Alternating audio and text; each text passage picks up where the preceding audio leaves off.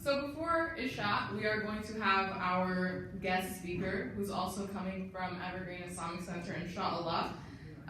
Brother Hafiz Khan, he is an engineer and an analytical Quran teacher. He gives an amazing lecture on the Quran every Sunday morning at EIC. So without further ado, we're going to have him on stage for a bit, inshallah.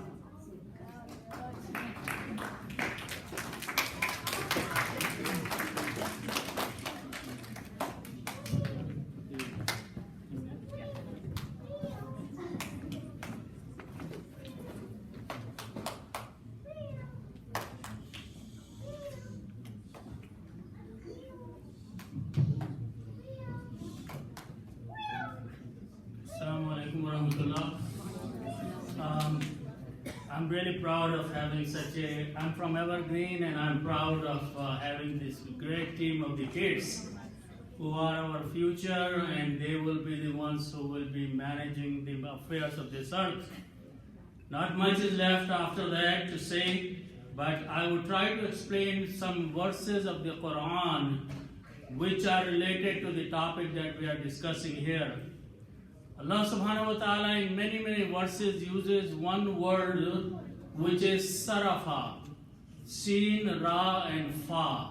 There are multiple meanings of this word, but the gist of the meaning is that to waste something, to cross the boundaries, to go beyond the limits of something, whatever you are doing. And Allah subhanahu wa ta'ala has used this word in multiple ayats of the Quran. So inshallah I will explain some of those verses of the Quran where Allah subhanahu wa ta'ala is telling us that do not waste the individual resources that I have given to you, as well as collective resources. And the collective resources are the resources of our earth. So Allah subhanahu wa ta'ala in Surah Al-Araf says, Bismillah ar-Rahman ar-Rahim, wa kulu washrabu. Here he is commanding us, he said, Fail Amr. He is telling us, eat and drink whatever I have given to you in this world. No restriction, but right after that he says, Wala tusrifu. Tusrifu is from Asrafa, do not waste anything at all.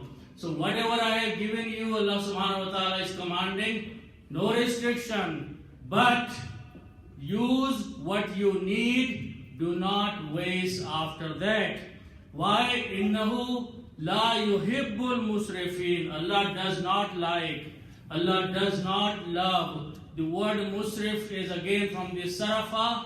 Musrif person is that person who wastes the resources of Allah subhanahu wa ta'ala. And we will see what the collective and individual resources that we all waste in our lifetime. So we need to understand the verses of the Quran in this perspective. Then Allah subhanahu wa ta'ala in Surah Al-Furqan re-emphasizes using the same word. Walladina, Allah subhanahu wa ta'ala is admiring now the group of the people, Idha anfaqu, whenever they spend something, for whatever reason they are spending, Lam, Allah subhanahu wa ta'ala says, Yusrifu, they do not waste the resources of Allah subhanahu wa ta'ala.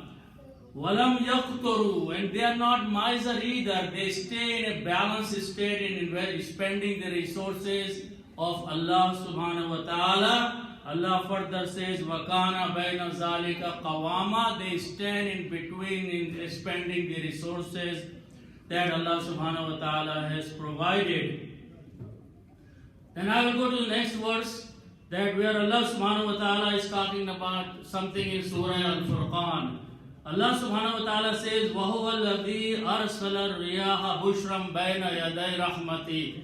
He is the one who sends the winds before His mercy, and His mercy is the rain. Allah subhanahu wa ta'ala says, وَأَنزَلْنَا مِنَ السَّمَاءِ مَاءً طَهُورًا. I want you to pay attention the word. Allah says, we send down from the sky, from the clouds, ma'an tahura. Tahura means something which is purest. In the purest form, something which is called tahur. And tahura also means something that is by itself is pure, cleanest, and whatever it falls upon, it cleans and purifies that thing.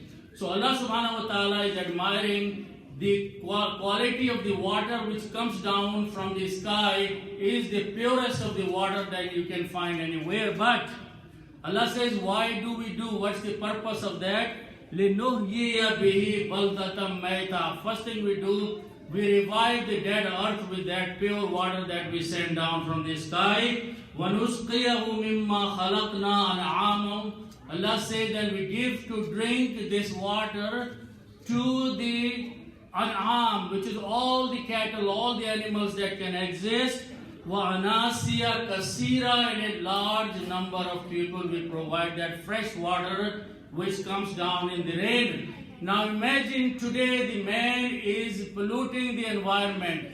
The air is filled with the carbon dioxide and greenhouse gases. So when this pure water is coming down, it's dissolving those gases in it and coming down on the earth, getting absorbed in the land, and crops are growing up with the poison taking in them because the water is not tahura anymore. The water is not clean anymore. And also, if we drink that water, we are drinking the poison that is filled in the air because we are polluting the air. So Allah subhanahu wa ta'ala is teaching us in the Quran that watch what you are doing.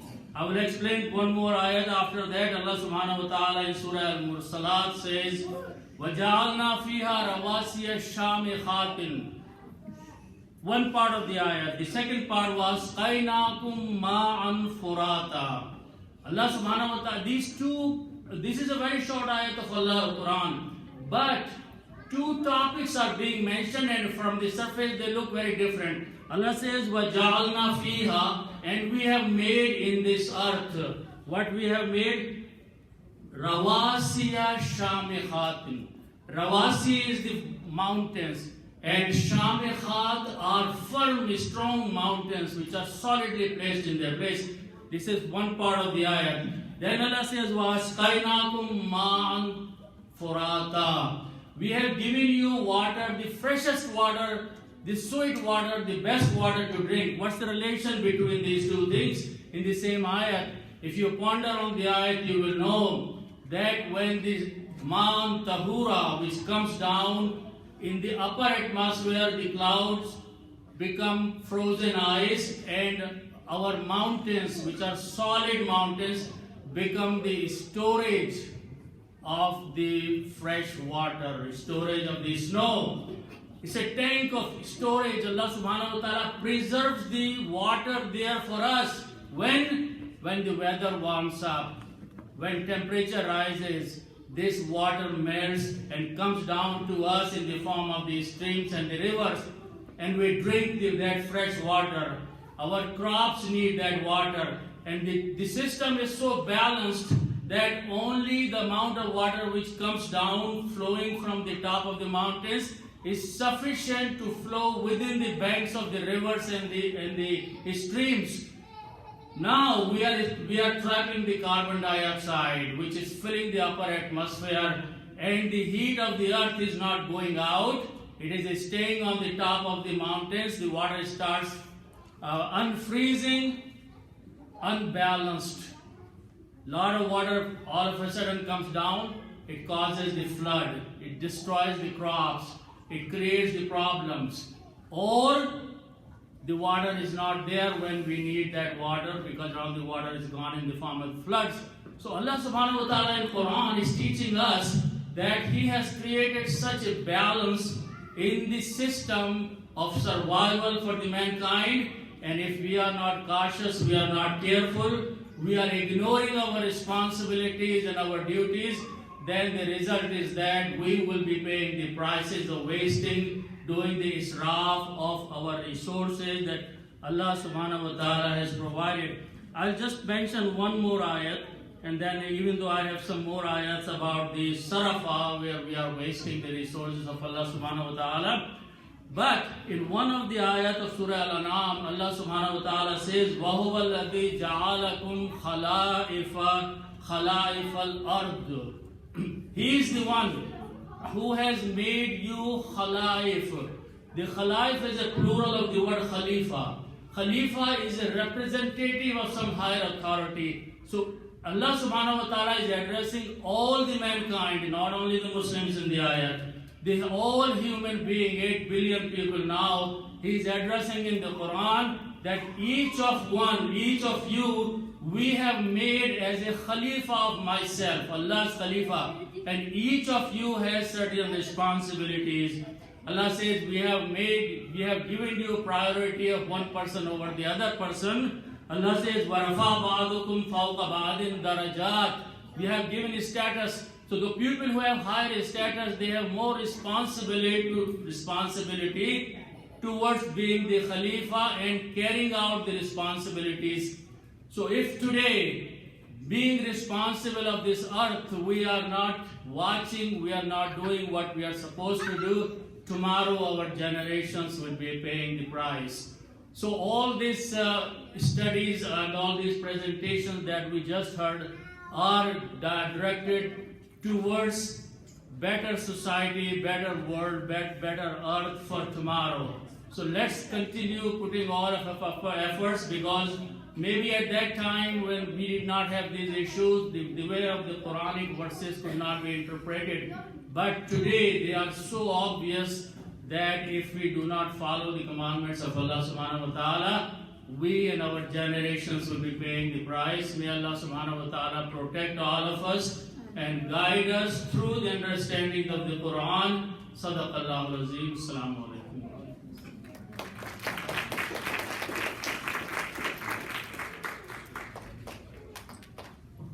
Jazakallah khairan, Brother Hafiz, for that beautiful presentation. Alhamdulillah, lots of advice from the